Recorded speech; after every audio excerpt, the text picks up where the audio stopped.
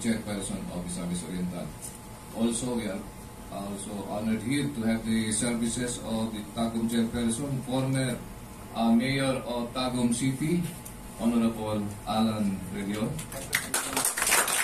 Vice also President for Mindanao at the same time, and subsequently with us, but please represent for and behalf of the Mindanao concerns on scouting. So, also a member of the National Executive Board, the chairperson of Misamis Oriental, Sen. Thank you so much for the hosting on this once in a lifetime, seemingly very convenient area for all of us to ventilate on issues and concerns of our region, Northeastern Mindanao.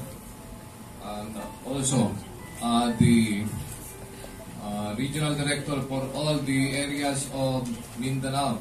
Speaking of Western Mindanao area, Northeastern Mindanao area, Eastern Mindanao area, we have the most and very legible debonair. We have the services of Director Arnel De Lute. All chairpersons in attendance and the representatives of the respective councils.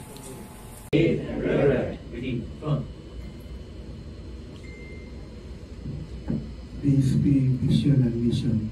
Vision, foremost in preparing the youth to become agents of change in communities, guided by the scout of Allah.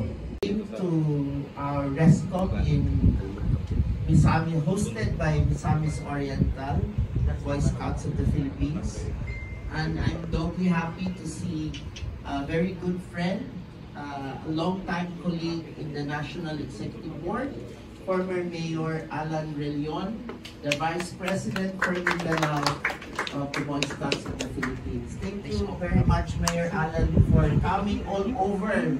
It's really a privilege and a pleasure that you are here with us in this meeting. Of course, sir. Kasi every 10th of the day po yung natin, yung cut-off. So wala pa kasing cut-off ng October 10, so August na pwede natin